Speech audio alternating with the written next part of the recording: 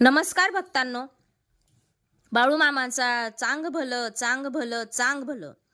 बाळूमामांचा महिमा आपण ह्या कथेमध्ये आज इथे बघणार आहोत. बाळूमामांचं जे काही वास्तव्य होतं, जी काही आज्ञा होती, ते 5 भूत पार पाडत होते. ते त्यांच्या आज्ञेनुसार चालत होते. बाळूमामांचे कोणते 5 भूतां आज्ञेवर चालत होते? पृथ्वी, वायू, जल, अग्नी आणि आकाश. बाळूमामांच्या आज्ञेच्या बाहेर नव्हते. ते जे सांगत होते त्याप्रमाणे त्यांचे सगळ्या आज्ञा पाळत होते. त्यामुळे त्यांचा संपूर्ण धनगर समाज हा एवढा भक्त झालेला आहे. धनगरच काय, पण सगळ्या जातीचे, सगळ्या धर्माचे जेवढे काही भक्त आहेत, त्यांनी त्यांचा महिमा ऐकून किंवा त्यांना जे काही प्रचलित झालेलं आहे, त्यांच्या भक्तीने जे त्यांना आज यश आलेलं आहे, त्यामुळे त्यांचं आज तिथे फार मोठं वास्तव्य आहे. आणि अशा महान व्यक्तीचं आज आपण इथे संपूर्ण जे काही आज्ञा पाळून जे काही त्यांनी चमत्कार केले होते, ते संपूर्ण आज आपण इथे बघणार आहोत. पहिला त्यांचा जो काही चमत्कार होता तो म्हणजे असा की पृथ्वीवर त्यांची आज्ञा कशी चालायची. बेळगावच्या शेतामध्ये मेंढ्या घेऊन ते एका शेतामध्ये मेंढ्या शेतामध्ये सोडून मेंढपाळ करण्यासाठी ते गेले होते. तर असा एक नियम असतो की ज्या शेतामध्ये आपण मेंढ्या घेऊन जातो, त्या शेताचा जो मालक असतो त्याने त्या मेंढपाळाचा संपूर्ण खर्च उचलायचा असतो. कारण त्यांच्या विष्ठेने आणि त्यांच्या मलमूत्राने जो काही त्या शेतीला फायदा होणार असतो, खत तयार होणार असतो, त्याच्या बदल्यामध्ये मेंढपाळाचा सगळा खर्च उचलून त्याचं देखभाल करण्याचं, त्याचा खर्च उचलण्याची जबाबदारी हे त्या शेतकऱ्याची असते. असं म्हणून त्यांनी त्या शेतामध्ये मेंढ्या सोडल्या आणि त्याला निरोप धाडला. त्याप्रमाणे तो शेतकरी आला आणि त्यांना बोलला की तुला चहा पाण्याचं हे मी साहित्य घेऊन आलेलो आहे आणि यानंतर तू फक्त 10 किलो वर्षाकाठी तुला धान्य दिलं जाईल, त्याच्या पलीकडे मी तुझा कुठलाही खर्च उचलणार नाही, असं तो बोलला. त्यानंतर ते थोडेसे रागावले बाळूमामा. त्यांनी चप्पल काढली आणि शेतामध्ये 3 वेळा जोरात आपडली आणि ते बोलले, पृथ्वीला त्यांनी आदेश दिला की ह्यापुढे ह्या शेतकऱ्याला फक्त वर्षाकाठी 10 किलो धान्य पिकेल असा मी तुला आदेश देतो. त्याप्रमाणे त्या शेतकऱ्याला दरवर्षी 10 किलो धान्य, पुढचे 12 वर्ष 10 किलो धान्य पिकलं. त्याच्यावर एकही दाणा पिकायचा नाही, कारण बाळूमामांनी पृथ्वीला तो आदेश दिलेला होता. ते तर निघून गेले पुढच्या शेतामध्ये, परंतु ह्या शेतकऱ्याला 12 वर्ष फक्त 10 किलो धान्य पिकायचं, त्याच्या पलीकडे काही पिकलं नाही. दुसरं उदाहरण म्हणजे वायूवर त्यांनी कशी मात केली, वायूला कसे आदेश दिले. मेतकाव गावामध्ये त्रिकुटा नदीच्या काठी भंडारा चालू असतो. भंडाऱ्याला भरपूर लोक येतात. उष्ट्या पत्रावळ्या नदीच्या काठी टाकल्या जातात आणि जे काही थोडंफार उष्ट अन्न असतं त्यातलं, त्या अन्नाचं कुजून दुर्गंधी सुटली होती. घाण वास येत होता, त्याच्यावर माशा बसत होत्या आणि ती सगळं घाण त्या नदीच्या पात्रामध्ये मिलन होत होतं. हे बघून एक अधिकारी त्यांच्यावर रागावला की तुम्ही असे भंडारे घालता आणि त्याच्यामुळे हे जे काही पाणी आहे हे दूषित होत आहे. यामुळे इथले जे काही नागरिक आहेत त्यांना डायरिया होण्याची शक्यता आहे आणि आजार पसण्याची शक्यता आहे. त्यामुळे तुम्ही असे भंडारे का घालता, अशी विचारणा बाळूमामांना त्यांनी केली. असं म्हणताच बाळूमामांनी आपलं घोंगडी झटकली आणि जोरात झटकली बाजूला होऊन वाऱ्यामध्ये.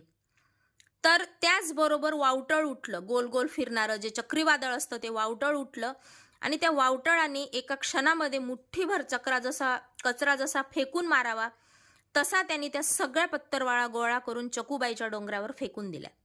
हे बघून तो अधिकारी अगदी आश्चर्यचकित झाला आणि तो म्हणू लागला की माझं चुकलं मामा, मी तुम्हाला बोललो, मला माफी करा, आणि पाय धरून तो माफी मागू लागला. त्यानंतर तिसरं उदाहरण म्हणजे पाऊस. जलाला आदेश कसा दिला त्यांनी. बेळगाव जिल्ह्यामध्ये रामदुर्ग तालुक्यामध्ये छोटंसं खेडगाव होतं. त्या ठिकाणी भयंकर दुष्काळ पडलेला होता.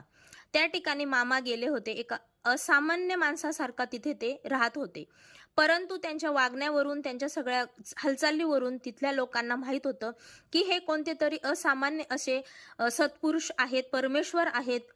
की ज्यांच्यामुळे इथं काहीतरी चमत्कार घडू शकतो. आणि त्याप्रमाणे सगळ्या लोकांनी त्यांना विनवणी केली की तुम्ही एवढे मोठे सत्पुरुष आहात, तुम्ही देवासारखे आम्ही तुम्हाला मानतो, तर तुमच्या आज्ञेने आम्हाला इथे पाऊस पाणी पडेल का? तुम्ही का चाराची मागणी करता तुमच्या मेंढ्यांसाठी? तुम्ही मनात आणलं तर तुम्ही इथे पाऊस पाडू शकता, सदन करू शकता, चारा उगवू शकता, अन्न पाणी मिळू शकते, म्हणून आम्ही तुम्हाला विनंती करतो की तुम्ही पावसाला आदेश द्या. असं म्हणून त्यांना खूप असं 2-3 दिवस एका घरामध्ये कोंडून ठेवलं. त्यानंतर मग त्यांना सांगितलं गावकऱ्यांना की मला इथून सोडा, मला वर जायचंय धाब्यावर, आणि मी तिथून देवाला काहीतरी आज्ञा करू इच्छितो. असं म्हणून त्यांनी ते उठले आणि धाब्यावर जाऊन उभे राहिले आणि पावसाला आज्ञा केली. आणि वर त्यांनी आकाशाकडे पाहिलं आणि त्यांना आदेश दिला की तू इथे पाऊस पाड, म्हणजे इथलं जनजीवन हे विस्कळीत होणार नाही, अगदी सामान्य चालेल. आणि म्हणून त्यांनी तिकडे बघताच काहीतरी पुटपुटले 2-3 वेळा मनात, आणि एक मोठा असा ढग निर्माण झाला. बघता बघता तो काळोख व्हायला लागला एकदम, आणि काळोख झाल्यानंतर एकदम जोरात अशी वृष्टी होऊ लागली आणि मोठा असा पाऊस पडला म्हणून सगळे गावकरी त्यात रममान झाले. आणि मामा तिथून निघून गेले, परत कधीच आले नाही बाळू मामा तिथे.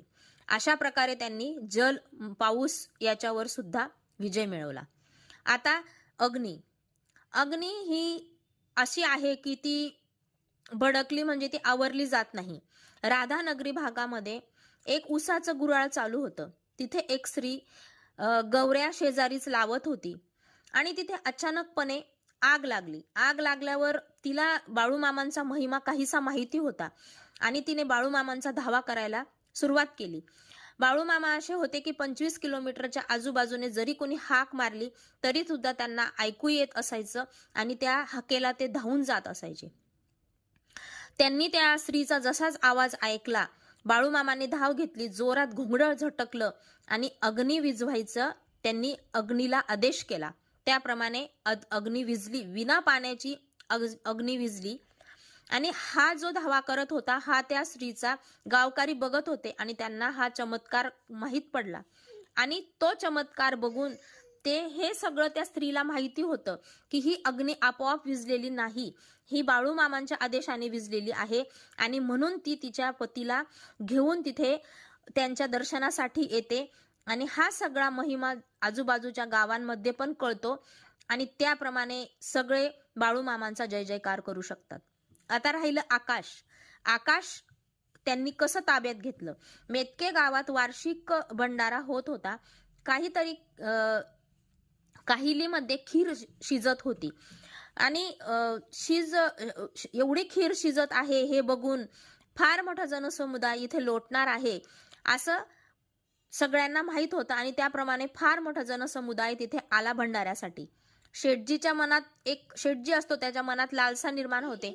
त्याने कर वसूल करायची म्हणजे एक आयडिया त्यांच्या पुढे ठेवली की आपण ह्या सगळ्यांकडनं जर कर वसूल केला तर आपल्याकडे किती पैसा येईल.